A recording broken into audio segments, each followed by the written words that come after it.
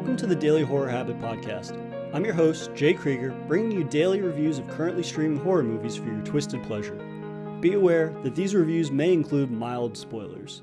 And as always, I hope you enjoy. Today I'm joined by a friend of the show, Wahid, to chat about the fifth installment of the found footage series Paranormal Activity, The Marked Ones. Wahid, welcome to the show. Yo, what's going on?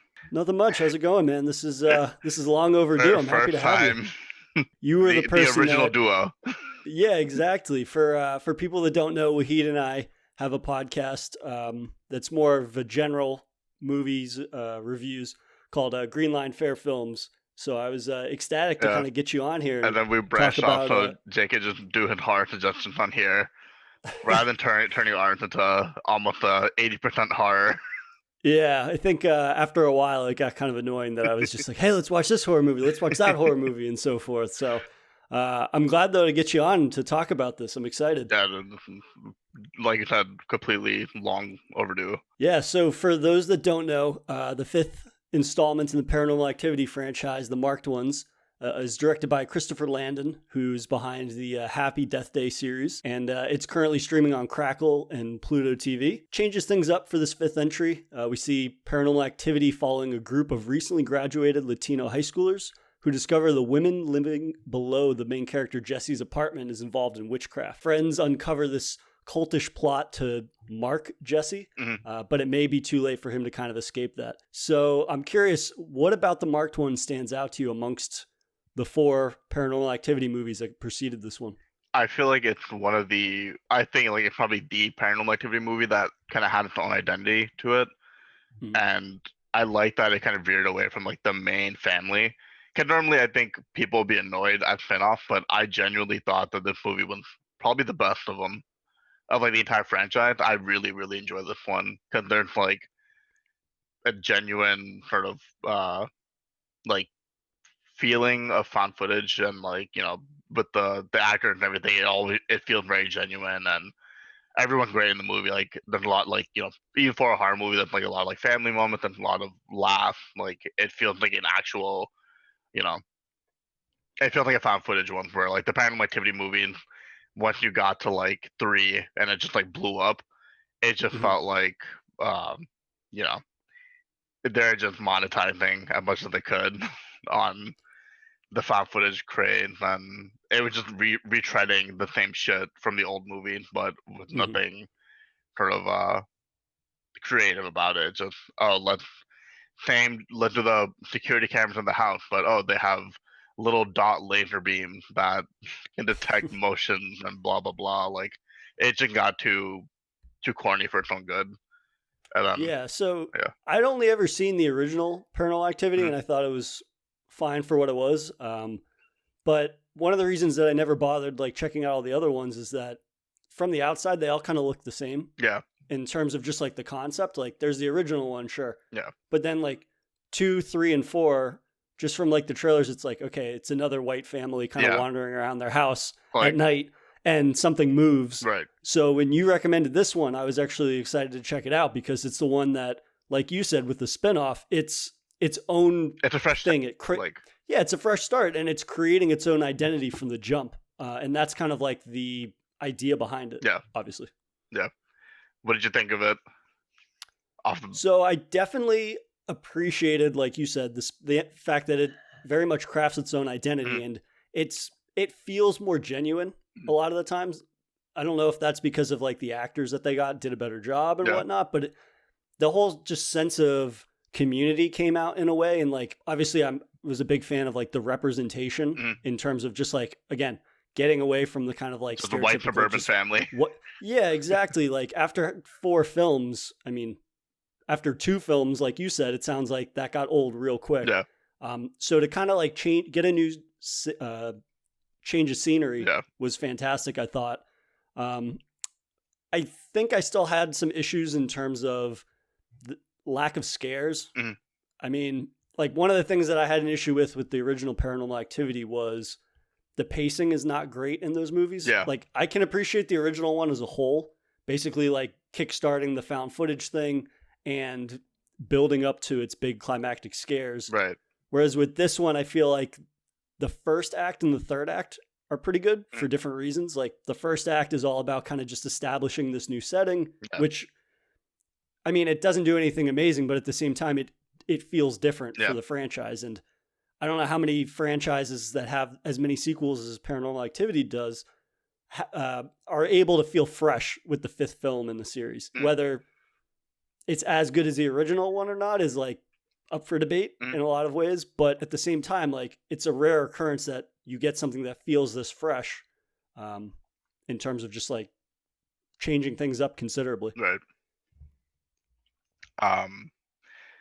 Yeah, like it's not a perfect movie, but I think even for the director, name, like you mentioned, he went on to do like Happy That Day and Happy That Day to You, and I feel like I think that was his first actual movie. Like let me look it up. It was one of his early ones. Yeah. Because he did a movie called Burning Palms, which was his directorial debut in 2010. And then this was the second film that he ever did. Yeah. So, I mean, this kind of set the footprint for him to then move on and do Happy That Day to You. And this movie got a 39% on Rotten Tomato, but I don't know. I feel like even the audience review is 34%. I don't know. I mean, I think that for all that it does well in terms of like making it feel fresh, and like we'll get into what I think is the best part of the movie, which is the ending of the movie.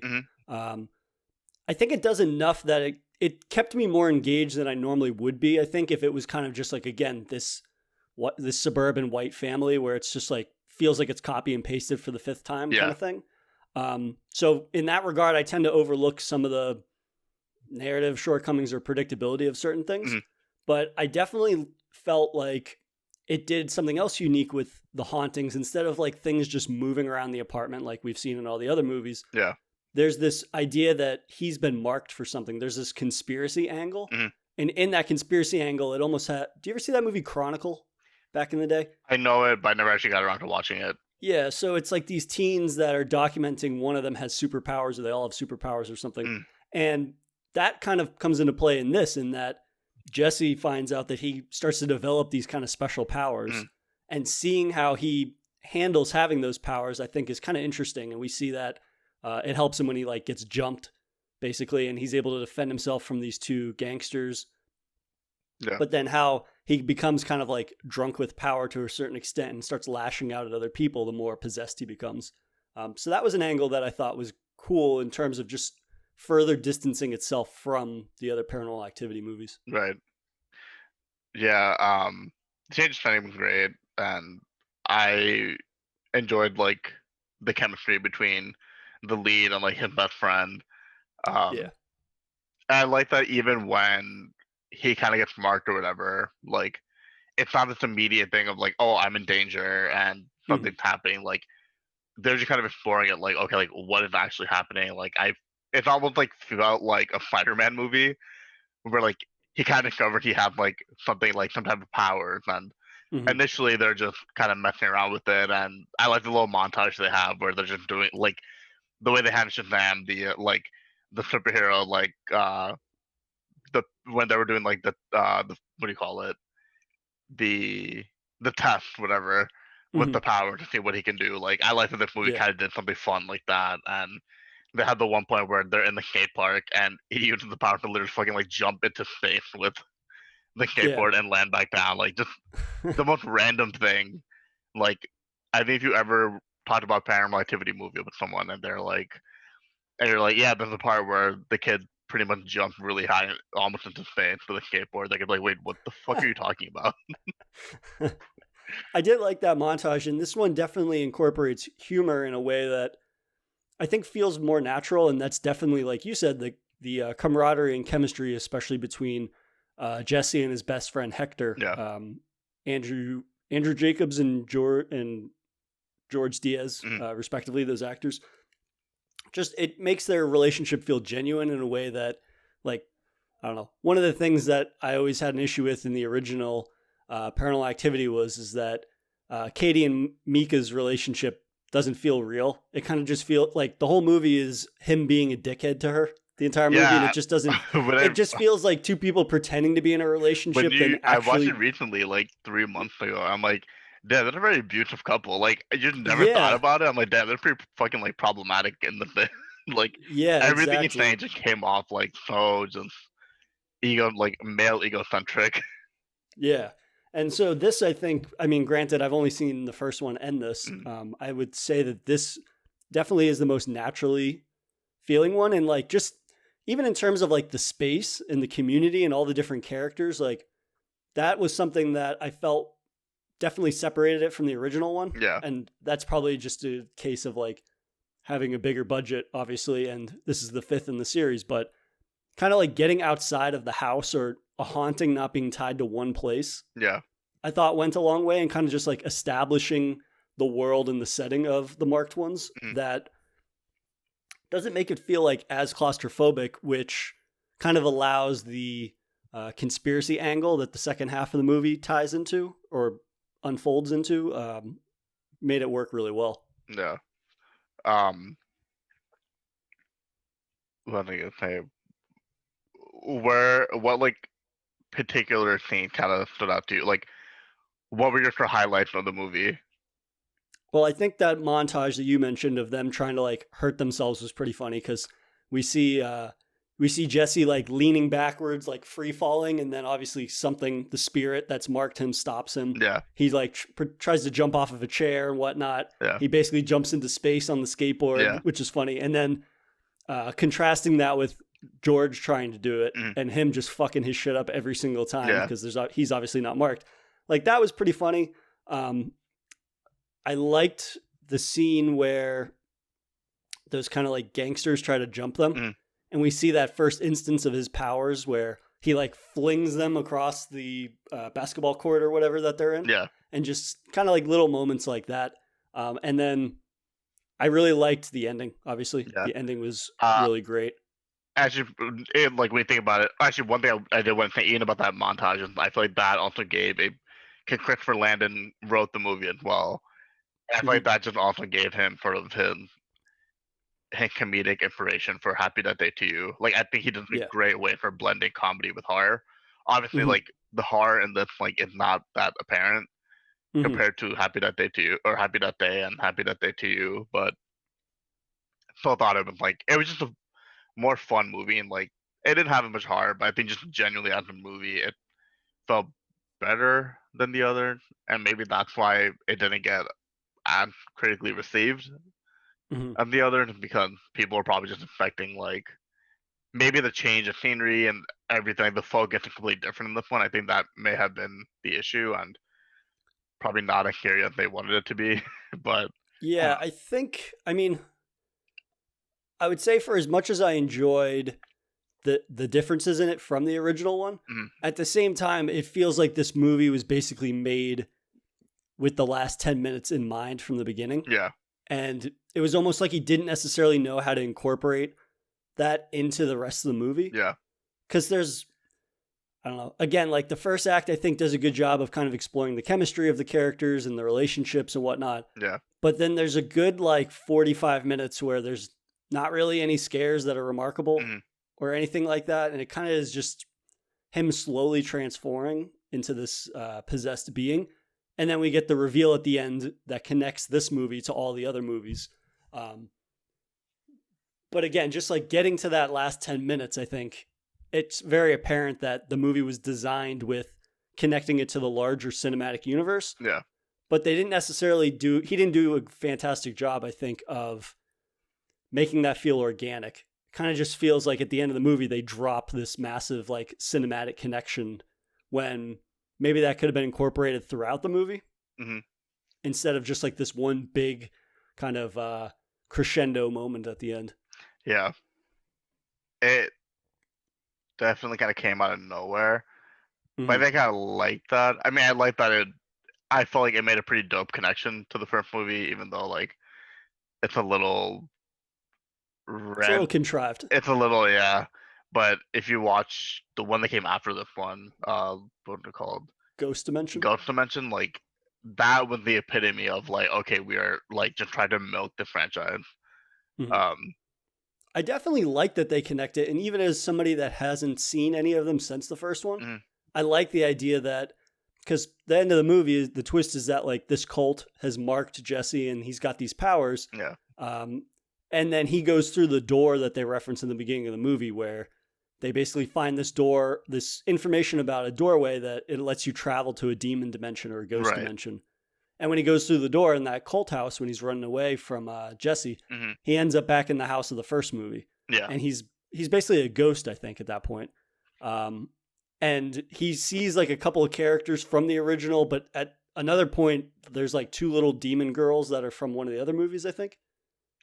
Yeah. So they initially like teleport to, so to explain that part where he ends up with those two girls. Mm-hmm. That's Katie. That's Paranormal Activity 3, which is meant to be it's a prequel. Mm-hmm. So it kind of explains why Katie, from the beginning, was like marked by the demon or whatever. Like, so they showed just like act kids. Their grandma went into like some weird like cult shit, and essentially volunteered Katie, like the both of them. Mainly, I think Katie as sort of like the main grandchild. She essentially was marked as a child, and that's why the movie, like, it's the same thing with that movie where like the kids go to the basement and they're just screaming and you don't know why. You think it's a ghost, but then this movie gets the connection that it's because they somehow teleport to the past, and that's how they ended up there. And then they're teleporting again into like present day where they run into like the demon version of Katie, but then she kind of turns back to normal to then react, and that's where you get the scene from the first movie where she's screaming bloody murder, and Micah gets up and like runs downstairs, and then it's quiet, and then his body gets flung back into the room, and yeah. Again, like I like how it connects all of them. I just wish that maybe it had done that throughout the movie instead of do the little like the last 10 minutes. Yeah, what do you call leaving the what do you call the crumb the crumbs? Yeah, like just basically, I think that had it indicated or had it gotten to the conspiracy element faster, because they only figure that out in the last, 30 minutes of the movie? Yeah. It would have been nice if they had figured that out sooner, because then there could have been more opportunities to implement this world connecting of worlds or connecting of films, basically. Yeah. Instead of at the end when, I mean, even for somebody that hasn't watched all the movies, like I like that in movies. It's kind of like the Marvel effect a little bit, where this idea that like all of these movies are connected in one way, whether it's a major connection or a minor connection. There's just something inherently cool about that and connecting things that you're familiar with to new things. But at the same time, like I said, it does feel kind of contrived in that it is this massive bombshell, but once it drops, like the movie's over in the next 5 minutes or something like that. Yeah. So I definitely would have wished for more moments like that. And just, I guess in terms of scares overall, like I thought this movie was kind of lacking in that. I like I would say it's more like dark sci-fi almost, or dark fantasy, in that it really is about him using his powers in increasingly disturbing ways. Like we see when he's torturing his dog, which is like fucked up, of course. Yeah. But at the same time, like, it's not really scary. It's just kind of like, oh, this is somebody being corrupted with this newfound power in increasingly disturbing ways, which, I mean, he goes on to kill his grandmother. So I'd say it doesn't get much more disturbing than that. All right. God, man. Yeah. I think that's why maybe I enjoy it a little bit more. Cause I even like don't think of it as like a typical horror movie. But I guess if I enjoyed it, like, I think I'm over just the jump scares. Like that. Yeah. I feel like movies that are just kind of a little fucked up a little bit are more scary. Like movies like The Witch, like I know people hate The Witch, but that movie made me just so uneasy in general. Yeah. Like that's a reason why I really enjoyed that movie, or like just I don't know. I feel like this movie had elements of that, even though it's not like I executed it perfectly, but it had its moment for like, oh, that's like kind of fucked up. Like, yeah, I think it definitely does more to draw me in than the previous. Yeah, rather than just having the original. Like a fucking blanket move on its own, or a door open, or just some bullshit they always have. there's to more of a emphasis on kind of establishing the setting and the people that are within that setting, which I can appreciate. yeah Whereas the original one, it felt like a lot of standing around in between moments, waiting for the next jump scare that kind of doesn't do much more than the one that preceded it. It's like, yeah okay, now the powder's on the ground. We see the footprints. Now we hear a bang right or a roar and whatnot. And it's like, I can appreciate the original as a complete package rather than any one particular moment that stands out. yeah Whereas with this, I think less of this as a complete package and more of it as like individual moments that define the movie. yeah But um for the fifth entry in a movie, like I would have to say that based on my, again, like my assumptions of what 2, 3, and 4 entailed, like it's pretty impressive that they were able to make something as independently defining for a spinoff as this. yeah could even Christopher Landon, he wrote Paranormal Activity 3 as well, which I Oh, also think okay. is not bad. Like one good, just because it's like it started the whole trend essentially Mm-hmm. of found footage movies, and like two just felt like it was retreading the first one. Three started as like kind of a prequel, but I think it was just a better movie in general. Like if I were to rank it, like I think this is my favorite one. Three is my second favorite. Oh, he wrote 3 and 4. Three and four? Oh, what? Four? Yeah, he wrote 3, 4, and 5, Oh, the marked yeah. ones. Yeah, three is better, I think. I wasn't a big fan of four. I don't like that. Uh, yeah, I don't know. You should watch them all though. Like just as a like.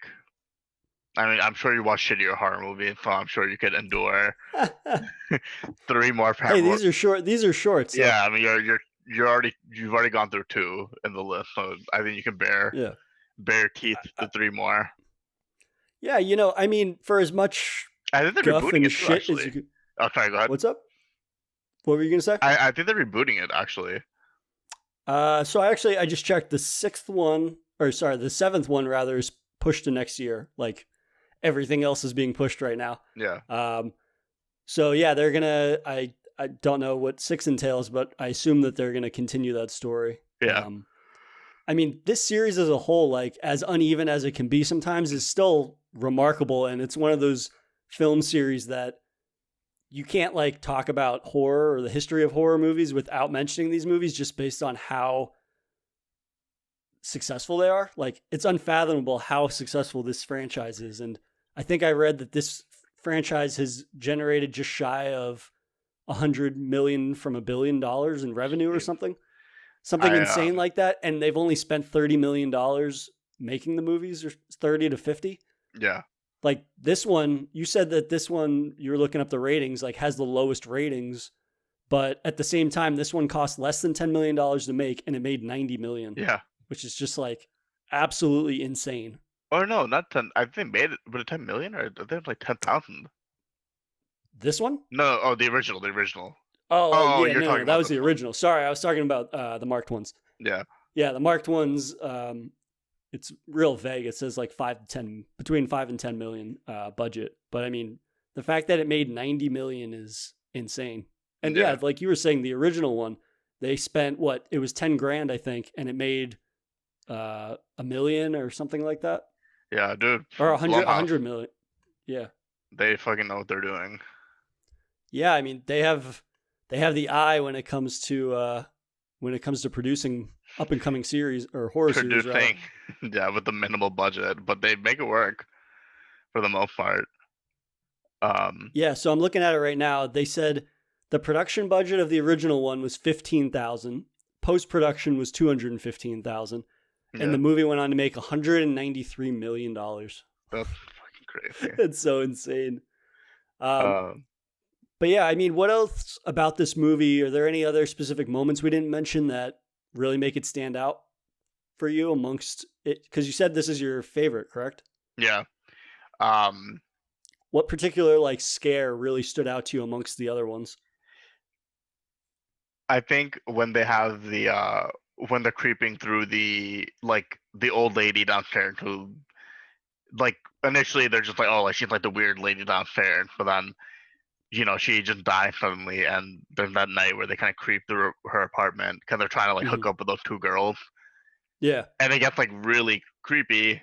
Like they're hearing noise and whatever, and they open up that like basement cellar door, and Yeah. they're like the valedictorian from their high school, like who went missing, just pops out from there. He's like clearly like possessed or something, and Hmm. like run like that was like a pretty great moment because they just got turned to this thing of like they could be like an awkward like sex scenes are just throwing into a horror movie because boobs, but they Yeah. managed to generate a pretty mild like a decent Yeah, scare out of it. that part where she sticks her head down into that, like, it almost looks like the basement door from like Evil Dead or something. Yeah, yeah, She and then he sticks like her grabs her by the head. Yeah, he grabs her hair, and it was just like you could see it coming, but at the same time, like, it's still creepy. And I think that that's one of those instances where the found footage perspective really helps Yeah. heighten certain scares in some moments. Like, Mhm. of course, it has the same kind of perspective that they have in all the movies, but again, I think found footage gets overlooked sometimes in terms of how you can use that perspective to make something that, even if you can see it coming, like, you feel like you're in their shoes. Like, even that scene where they go to the church in the beginning of the movie, and he's like Jesse's searching the bathroom stalls, and it gets to the point where he gets to the one that's locked, and he puts the camera down underneath, and like, even though nothing really comes out of that, like, I Yeah. was still tense because I was just like, I would not be putting my face under there because something is for sure going to jump out. Yeah. It's it's definitely one of like the highlight ones for me. And even when they eventually go back to the apartment later for like the sort of the final moment before they get teleported, like the movie does a great job of sort of like creating the like unease. Like I mean that's the thing with a lot of horror movies that sometimes they, or I guess all the paranormal activities have that sort of formula of like a lot may not be happening in the first hour and a half, but like those last like 20 minutes, you're Mhm. just like on the edge of your seat, like waiting for shit to pop off. And that was sort of the same case. And I think I kind of had like I watched this movie. When did it come out? I think 2014, yeah, like how old was I? 2014. 22. Yeah, it was like right after college, essentially. Yeah. So I was watching it at a buddy's house, and like I don't think we were just. It was like a late night, just kind of random watch. I was like, oh yeah, like there's that new parent, like the Spanish paranormal, like the Spanish Hmm. paranormal activity movie just came out. You want to like just watch that? So we just watched it at his house, and I like wasn't expecting much out of it. Hmm. And so like when it eventually got to like that last 20 minutes where it's just like super tense and like kind of frightening, whatever, and then they jump to like the random uh like time travel aspect. I was like, wait, what? Like it like blew my mind. I don't know, there were it's just something I was not expecting for the franchise. I'm like, oh, they're like doing something sci-fi like in the weird and it's horror franchise that has just mainly been found footage, security camera bullshit, blanket scares, and that type of stuff. And I mean, again, that's incredibly rare, I think, for a movie that, by all accounts, you're familiar with exactly what's going to happen, or you can assume basically based on the four that preceded it. But at the same time, like, it's still able to surprise you in certain ways that are exciting. And I think even if the pacing isn't the best and it takes too long to get to those moments, yeah, it's better than not doing those things at all. yeah, And so I would much rather sit through a movie like this where it's like, yeah, there's probably a good 45, 50 minutes of the movie that I'm kind of just like, okay, we got to like get to something more engaging. But at the same time, in the end, it has a payoff that I think might be a little contrived, but at the same time, it did something completely different that I wasn't expecting that gives you hope for the next one. And even though it that is sounds like fucking the next movie did fun. not capitalize on It that, did not, but but in the at least moment, it introduces this new concept that has the potential. And I think they're going to keep on making these movies because they're profitable. So the more potential they introduce for new and exciting ways to tell stories, like, yeah, at least there's that potential, and it's not just like and jumping between video cameras, like you said. it was definitely one of the most creative like choices that the franchise made. And I think like Mhm.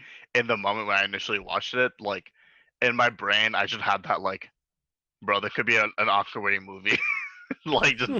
mentality in my head for like a split like 5 seconds. I'm like, what am I talking about? But it was just like that effective for me. And I think a lot of people probably enjoyed that, but Mhm. clearly there it just did not hit with a lot of people. But I thought it was a I good don't. move.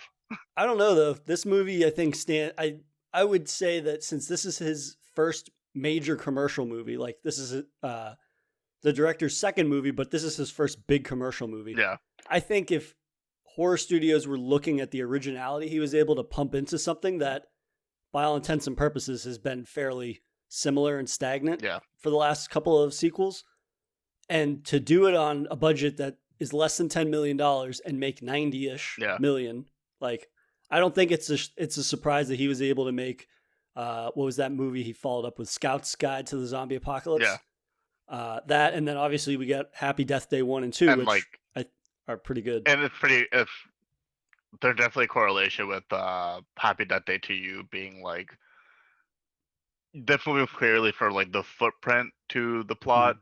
because they, the first movie is initially just a straight horror movie with like a Yep. Groundhog Day twist to it, but then with the second movie you realize that like this was all due to like some scientific knickknack that they have in a lab that just has caused everything. So they bring like that time element or time travel element into that movie, and Mhm. yeah, it's watching this movie after seeing those two movies again. Like you can see, okay, this movie was clearly sort of like what inspired him to then do Happy That Day 2 and like or Happy both of them and just um what do you call it? Even like the plot, like they're clearly borrowing some of the elements from that he used in Paranormal Activity Marked Ones for the plot of that as well. Um, Yeah, absolutely. but I mean, it makes, even though you've told me that the Paranormal Activity film that precedes this one, or that comes after this one, is not nearly as good. Like, if I had seen this before that one was even out, mm, based off of this one, I would still, even if it's not like my favorite movie, I would still probably be willing to at least give the series another shot after that.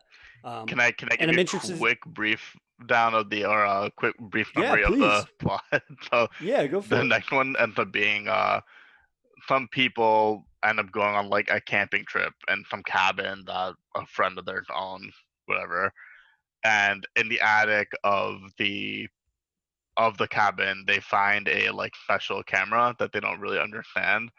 But when they turn it on, it shows like different little uh I don't know what you call it. They can just see like shit that can't be seen to the normal eye Mhm. through that camera. And Huh. eventually they realize that it can see ghosts, and that's the It's like a Ghostbusters camera. essentially. So it's like yeah, it just yeah. I have nothing else to say. That doesn't not selling me on this It's at all. just it's not meant to, dude. I watched that movie in Yeah. theaters, and like the last 10 minutes are like scary, but Mm. everything else before it, I'm like, I can buy the time travel stuff, but a ghost camera, it just felt like just a fucking It's asking you to suspension of disbelief a little too a little much. too much. I'm like, come on, like, See, it's such a shame that they keep running into this issue, it sounds like, which is the main problem with these movies, is that the last 10, 20 minutes can be good and scary because it has that payoff, but everything that precedes it, it sounds like, is just underwhelming. And it really is a testament to what, like, they need to start bringing in more talented directors, I guess, is what it boils down to. Just directors that have a vision of telling a story like this in a unique way, because found footage has a bad rap for being garbage movies or whatever because of so many sequels that kind of try to capitalize on the found footage genre craze. But at the same time, like, there's plenty of great examples of found footage. It's just that they keep getting people that it seems like they're placing too much faith in the fact that, oh, we'll sell tickets because this is in the found footage genre, not because this is a good found footage film, yeah. kind of thing, which sucks. And I'm hoping that going forward, like, I think Christopher Landon has sort of made a reputation of himself within Blumhouse now. Mm-hmm. Oh That yeah. hopefully they'll bring him back and they can. Because it's been like years since they made one, and like I think Mm-hmm. they're making a seven now They're Yeah, like, it's got pushed to next year. oh, did it? Okay. Did they? Do you know if Yeah. did they finish filming it or did it happen? I haven't heard anything about it. I just know it I got need to look it pushed. up, but I know they're working I on it. Um, I would assume so the last thing that I read was that it got pushed to next year. This was the only paranormal. The marked ones is the only one that didn't release in October because they like to release them obviously around Halloween. oh, they did bring it back. Perfect. Yeah, but my new fear is that they just pushed Halloween Kills and Halloween Ends. So Halloween Kills is going to be in 2021, Mhm. and I don't think Blumhouse is going to release two horror movies in October against one another. The So I would not be surprised if Part 7 gets pushed again, yeah, just because they don't want to conflict with Halloween Ends or Halloween Kills or Halloween Ends. yeah, So we might, this is all speculation, obviously, but I would be willing to bet that we don't see the next Paranormal Activity movie for quite some time. yeah. Man. Which, hey, take a few years off and fucking figure that out. Get somebody in that has a I mean, fresh vision that's what for I'm this. hoping. Like they took like a 5 year break. I'm hoping like they better have done something new or just like if they're bringing it back just to cap it. Like the franchise does not have the same energy that it used to have. Like they're gonna need to do something like fresh in order to get the money that they're expecting. Yeah, and that's definitely one of those things where I don't want to see anything until they do that. Yeah. Basically, like I think I'm kind of over them doing various just kind of like cashing in on the last thing that they did. Yeah. I don't know. I would love to see more one shots like this, or I guess this wasn't a one off, but it was a spin off Yeah. for a majority of it. But Yeah. yeah, Even that too. they need to kind of like focus more. I guess I would like to see them do some type of film that the entire film ties in all the other movies, not just the last 10 minutes. Yeah, I agree. But we'll see. Yeah, we'll see, man. I mean, I'm still looking forward to it, and I'm gonna end up watching it regardless. But yeah, we'll see. Maybe I'm hoping that this gives them the time they need to kind of figure things out and find a way to bring something new into the franchise that'll actually make people want to watch it. Because I think they've dropped a couple bombs lately with Fantasy Island and yeah, or was it Invisible Man? No, it wasn't Blumhouse, wasn't it? Yeah, Invisible Man was Blumhouse. Oh shit. But for every one movie like Invisible Man, they have like 10 other mediocre. They've been spreading themselves increasingly thinner in terms of just like producing everything. Because I would say there's like 10 movies at any given time that are on Netflix or something that are produced by them that is less than stellar. Let's just put it that way. Yeah, I mean, that's their formula. Let's just turn out as much as we can. One lands, and then that's it. But I mean, yeah, we'll see what happens next one. But yeah, you should definitely go back and just for the sake of clarity, just go watch the rest of the franchise. I think you'll enjoy 3. I think well, hey, 2. maybe sometime when we have more free time, we could do a series review of them. Yeah, we could possibly do that. Possibly do that. Yeah. But I'm glad that you selected this one to watch, because if you were going to tell me to watch any of them, it sounds like this is the one that I think is the most far removed from the one that I had seen previously. Yeah. So for that, I'm thankful for that. So thanks. Yeah. Actually, like I don't know. I feel like this movie is underrated and gets shat on a lot, but I think it's meant to be a little diverse, and that's why people did not like it, because people are just stupid and want the same fucking schlock that they get. Right. But yeah, that's my hot take on it. The movie's underrated. well, fuck anyone who thinks that. No, that's part of what I want to do with Daily Horror Habit, and that it's like I want to give a platform to people to kind of like speak their piece on movies that they feel are underrated or films that people have just been neglecting to check out. And it's like, yeah, I mean, even if I was a listener and I had only seen 1 or 2 of these movies and I was like, is this series worth checking out? Like hearing that the 5th one in the series does something new and refreshing, even if it's not perfect or stellar sometimes or throughout the entire thing, like that would incentivize me to check it out. So I appreciate you coming on and speaking your piece on Paranormal Activity and Marked Ones. No problem. Thanks for having me on episode 40 something eventually, but Yeah. Well, I'm glad that you have your platform for your fucking lust for horror movies. You deviant. It's a pretty accurate way to describe it. But yeah, man, I'd love to have you on again sometime in the future. Yeah, for sure. Well, I'll find another decent franchise that I can force you to get trapped. Awesome. Well, I can't wait. Thanks again. Thanks, man. Thanks for listening to another episode of the Daily Horror Habit podcast. If you enjoyed this episode, please subscribe to Daily Horror Habit on your preferred streaming service and follow at Daily Horror Habit on Instagram or at Daily Horror Pod on Twitter.